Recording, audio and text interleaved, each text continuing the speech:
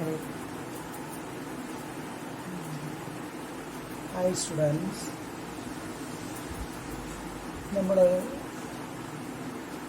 5th സെമസ്റ്ററിൽ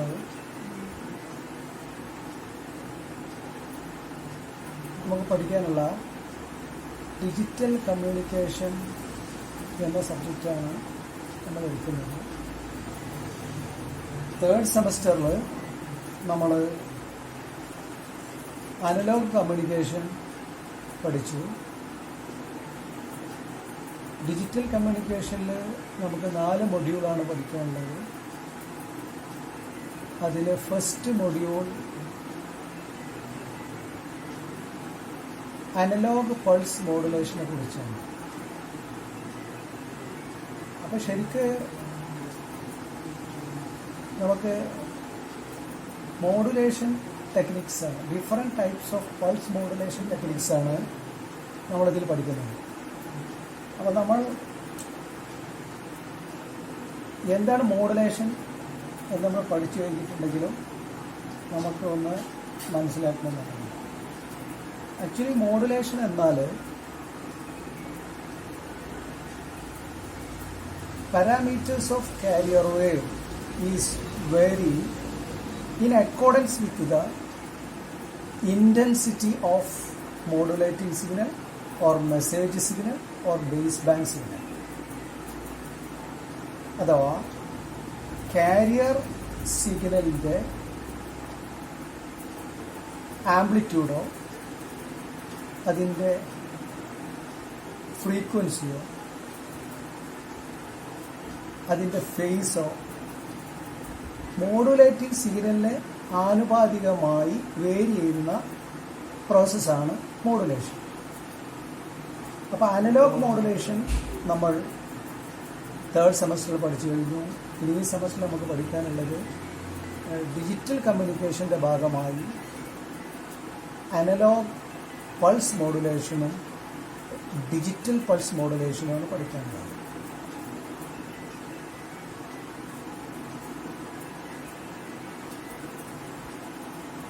അപ്പോൾ pulse modulation നമുക്ക് 2ആയിട്ട് തിരിക്കാം.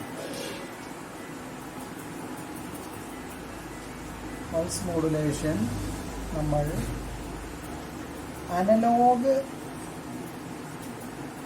പൾസ് മോഡുലേഷൻ അതുപോലെ തന്നെ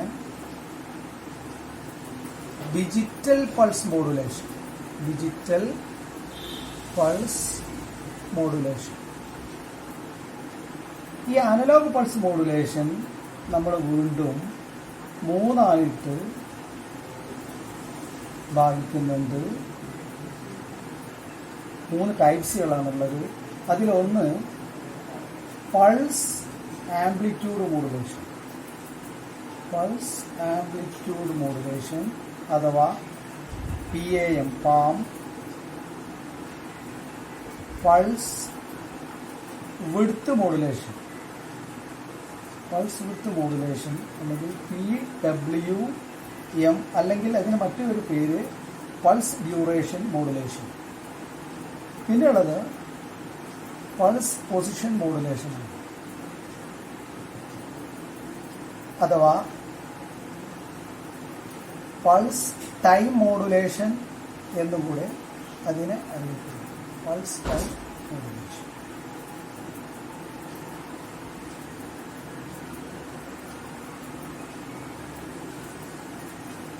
ഇനി നമുക്ക് പൾസ് ആംപ്ലിറ്റ്യൂഡ് മോഡുലേഷനെ കുറിച്ച് ഒന്ന് മനസ്സിലാക്കാം.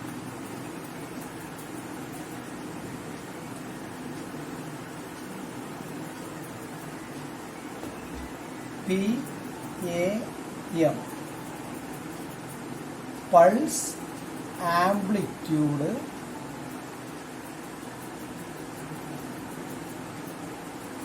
മോഡുലേഷൻ. നമ്മുടെ പൾസ് ആംപ്ലിറ്റ്യൂഡ് മോഡുലേഷൻ്റെ ഡെഫിനിഷൻ എന്ന് പറഞ്ഞാൽ നമുക്കൊരു മോഡുലേഷനിൽ നമുക്ക് എന്തൊക്കെ വേണം? നമുക്ക് ഒരു മെസ്സേജ് സിഗ്നൽ വേണം. രണ്ടാമതായി നമുക്ക് പൾസ് ആംപ്ലിറ്റ്യൂഡ് മോഡുലേഷനിൽ നമുക്ക് വേണ്ട എന്താണ് കുറേ കാരിയർ പൾസസ് വേണം. കാരിയർ പൾസസ് വേണം.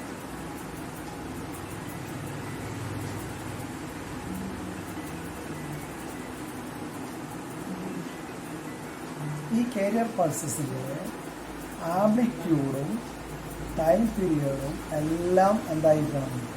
സെയിം ആയിരിക്കും. ഇത് രണ്ടും കൂടെ മോഡുലേറ്റ് ചെയ്തിട്ടാണ് നമുക്ക് പൾസ് ആംപ്ലിറ്റ്യൂഡ് മോഡുലേറ്റഡ് വേവ് ഉണ്ടാക്കുന്നത്. അപ്പോൾ ഇതാണ് നമ്മുടെ മെസ്സേജ് സിഗ്നൽ. ഇത് നമ്മുടെ കാരിയർ പൾസസ്.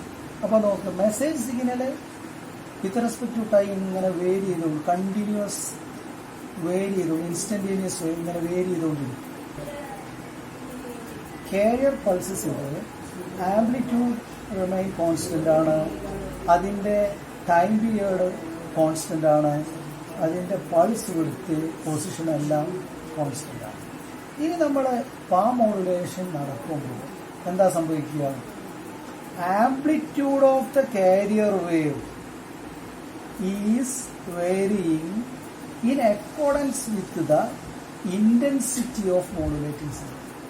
നമ്മുടെ മെസ്സേജ് സിഗ്നല് ഓരോ ഇൻസ്റ്റന്റിലും ഇങ്ങനെ വേരി ചെയ്യുന്നതിന് എത്രയാണോ അതിൻ്റെ സാമ്പിളിംഗ് റേറ്റ്, ആ വേരിയേഷന് ആനുപാതികമായിട്ട് നമ്മൾ ഈ കാരിയറിൻ്റെ പൾസിൻ്റെ എന്ത് ചെയ്യും?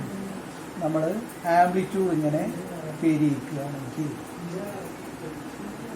ഇതാണ് ശരിക്കും പാം. അപ്പോൾ പാമിൻ്റെ ഔട്ട്പുട്ട് നമുക്ക് നോക്കിയാൽ ഓരോ പൾസിനും പ്രപ്പോർഷണലായിട്ട് ഇങ്ങനെ പ്രൊഡ്യൂസ് ചെയ്താൽ നമുക്ക് എന്ത് കിട്ടും? ആദ്യം ഇങ്ങനെ ഒരു പീസ്, പിന്നെ ഇങ്ങനെ കിട്ടും. അതേപോലെ തന്നെ ഇതിൻ്റെ സീറോ ലൈൻ പ്രപ്പോർഷണലായിട്ട് പ്രൊഡ്യൂസ് ചെയ്താൽ നമുക്ക് അടുത്തത് എന്താ കിട്ടുക? സീറോക്ക് ശേഷമുള്ള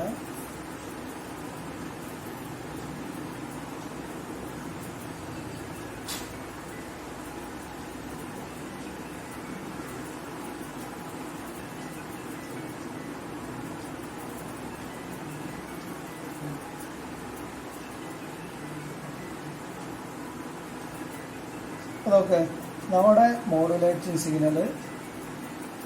ഇത് കാരിയർ പൾസ്, ഇത് നമ്മളെ റിസൾട്ടൻറ്റ് സിഗ്നലാണ്, നമ്മുടെ പാം മോഡുലേറ്റഡ് ഔട്ട്പുട്ടാണ്.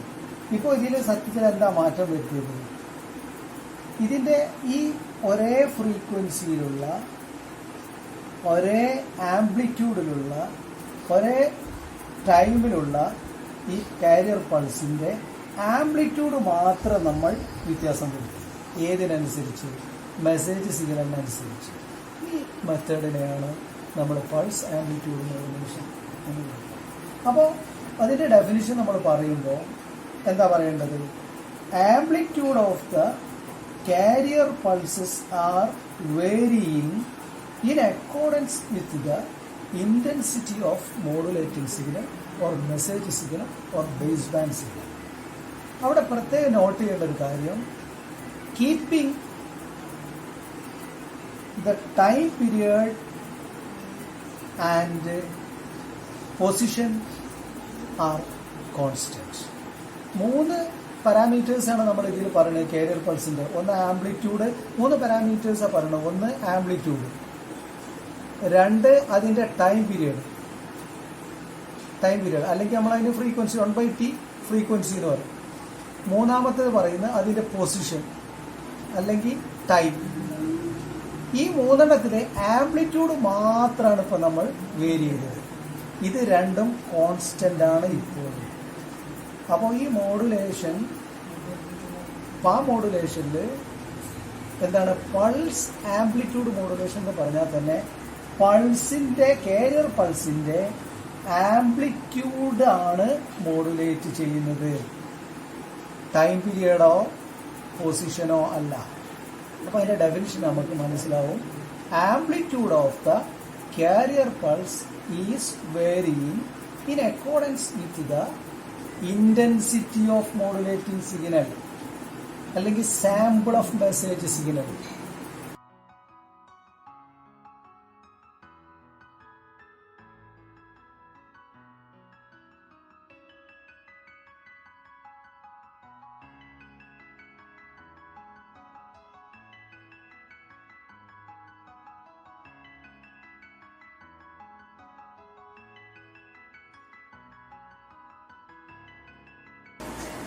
അടുത്തതായി നമുക്ക് pulse amplitude modulation block diagram.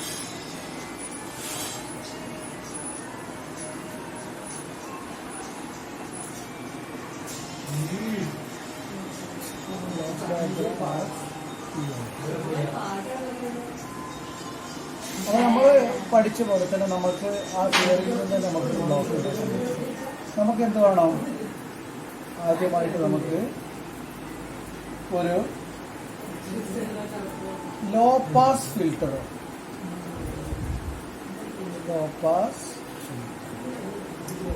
ഈ ലോ പാസ് ഫിൽട്ടറിലേക്കാണ് നമ്മൾ എന്ത് കൊടുക്കുന്നത്? നമ്മുടെ മെസ്സേജ് സിഗ്നൽ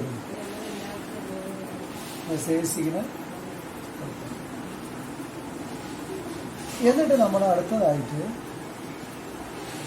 ഒരു മൾട്ടിപ്ലയർ,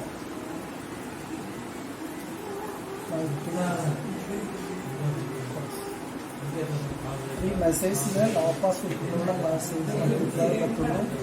അതേസമയം തന്നെ നമുക്ക് അതിലേക്ക് പിന്നെന്താ കൊടുക്കേണ്ടി വരിക? സാമ്പിളിംഗ് പൾസസ്, അല്ലെങ്കിൽ നമുക്ക് എന്ത് പറയാം?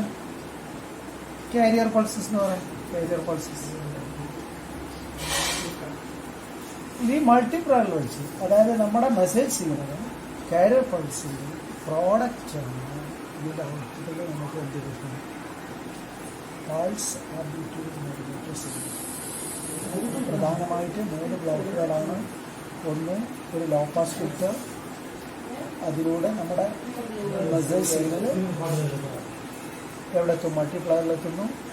അതുപോലെ തന്നെ നമ്മളെ സാമ്പിളിംഗ് പൾസസ് അല്ലെങ്കിൽ കാരിയർ പൾസസ്, ഏത് പൾസിൻ്റെയാണോ ആംപ്ലിറ്റ്യൂഡ് നമ്മൾ വേരി ചെയ്യാൻ പോകുന്നത് ആ പൾസ് നമ്മൾ മൾട്ടിപ്ലയറിലേക്ക് കൊടുക്കുന്നു. ഇതിൻ്റെ പ്രോഡക്റ്റ് നമുക്ക് പൾസ് ആംപ്ലിറ്റ്യൂഡ് മോഡുലേറ്റർ സിഗ്നലായി നമുക്ക്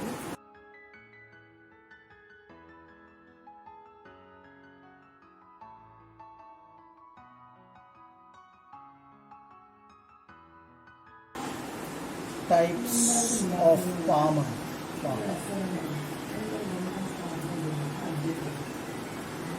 ഒന്ന്,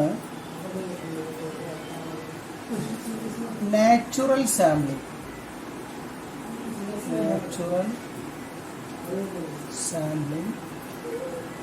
രണ്ട്, flat top sampling. 2 type sampling. അത് നമുക്ക് സിമ്പിളായിട്ട് തന്നെ മനസ്സിലാക്കാം. നമ്മുടെ മെസ്സേജ് സിഗ്നൽ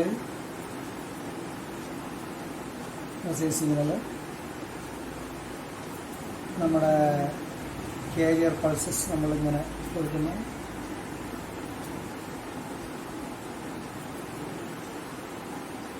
കാരിയർ പൾസസിനെ കൊടുക്കും. ഇനി നമുക്ക് ഔട്ട്പുട്ട് കിട്ടുമ്പോൾ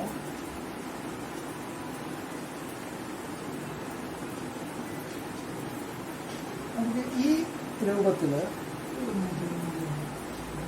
മെസ്സേജ് സിഗ്നലിൽ തന്നെ ഓരോരോ പോർഷൻ ഇങ്ങനെ ലഭിക്കുന്ന രൂപത്തിലാണ് നമുക്ക് എന്ത് ചെയ്യാം? ഔട്ട്പുട്ട് കിട്ടുക. അഥവാ ഈ പൾസസിന് കറസ്പോണ്ടിങ് ആയിട്ട് ഓരോ ഇങ്ങനെ കിട്ടും. ഇതൊരു പൾസ്, ഇതടുത്തത്. ഈ രൂപത്തിൽ മെസ്സേജ് പോലെ തന്നെ കർവ്ഡായിട്ട് ടോപ്പ് നിൽക്കുന്ന ഈ സാമ്പിളിങ്ങിനാണ് നമ്മൾ നാച്ചുറൽ സാമ്പിളിംഗ്.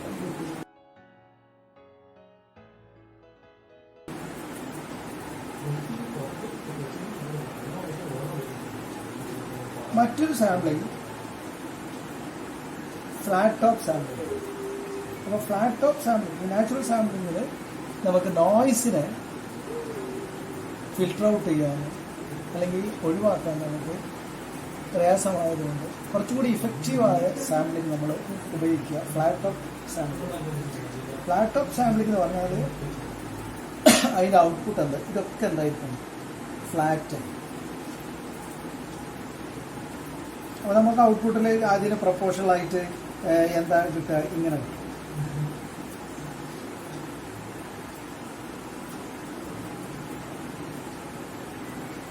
ഇതാണ് ഫ്ലാറ്റ് ടോപ്പ് സാമ്പിളിംഗ്. നമ്മൾ ആദ്യം കണ്ടത് നാച്ചുറൽ സാമ്പിളിംഗ്. അപ്പോൾ ഈ ഫ്ലാറ്റ് ടോപ്പ് സാമ്പിളിംഗ് കിട്ടുന്നതിന് വേണ്ടി നമ്മൾ ഉപയോഗിക്കുന്ന ഒരു സർക്യൂട്ടാണ് sample and hold circuit. Sample and hold. Sampling നടത്തുന്നു, നമുക്ക് എത്രയാണോ ആ വോൾട്ടേജ് ലെവൽ ഹോൾഡ് ചെയ്ത് നിൽക്കേണ്ടത് അത്രയും ഹോൾഡ് ചെയ്യും. അപ്പോൾ നമ്മളൊരു കപ്പാസിറ്ററിൻ്റെ സഹായത്തോടു കൂടിയാണ് നമ്മൾ സാമ്പിൾ ആൻഡ് ഹോൾഡ് സർക്യൂട്ട് പ്രവർത്തിക്കുക. സ്വിച്ചും ഒരു കപ്പാസിറ്റർ, ഒരു സ്വിച്ച്, ഒരു കപ്പാസിറ്റർ, ഇത്രേ ആവശ്യമുണ്ട്. അപ്പോൾ ഈ കപ്പാസിറ്ററാണ് നമുക്കത് ഹോൾഡ് ചെയ്ത് വെക്കുന്നത്.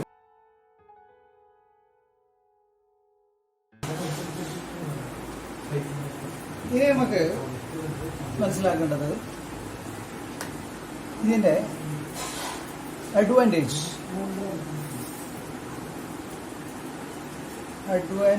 ഓഫ്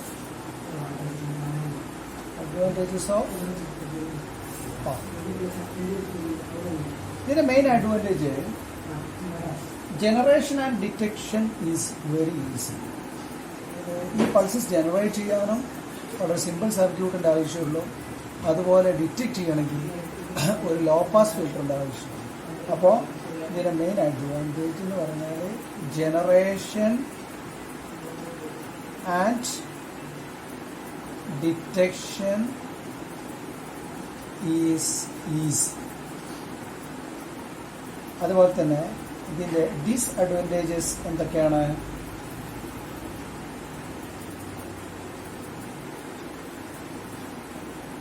ആഡഡ് നോയ്സുകൾ. ഇതിൽ നോയ്സുകൾ കയറിയിട്ടുണ്ടെങ്കിൽ ആ നോയ്സിനെ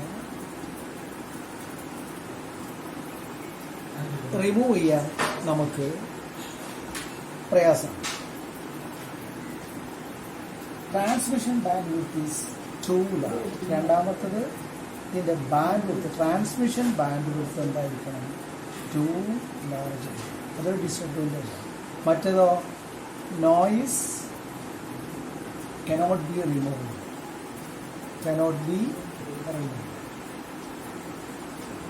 അപ്പോൾ എന്തൊക്കെയാണ് അഡ്വാൻറ്റേജ് എന്ന് പറഞ്ഞാൽ ജനറേഷൻ ഓഫ് പൾസസ് വളരെ സിമ്പിളാണ്, ഈസിയാണ്. ഡിറ്റക്ഷൻ ഓഫ് അഥവാ ഡീമോഡുലേഷൻ വളരെ ഈസിയാണ്. അതിൻ്റെ ഡിസ്അഡ്വാൻറ്റേജ് എന്തൊക്കെയാണ്? Noise cannot be removed. രണ്ടാമത്തത് ലാർജ് ബാൻഡ്വിഡ്ത്ത് ഈസ് റിക്വയർഡ്.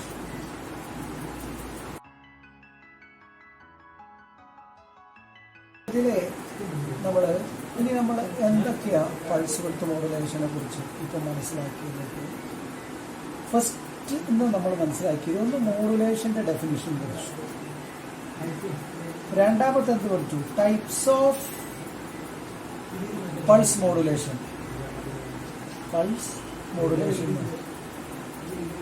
മൂന്ന് പൾസ് ആംപ്ലിറ്റ്യൂഡ് മോഡുലേഷൻ എന്താണ്? 4 അതിൻ്റെ ബ്ലോക്ക് ഡയഗ്രാം. അഞ്ചാമത്തേത് അതിൻ്റെ അഡ്വാൻറ്റേജ് ആൻഡ് ഡിസ്അഡ്വാൻറ്റേജസ്. ഇത്രയും കാര്യങ്ങളാണ് നന്നായി മനസ്സിലാക്കുക.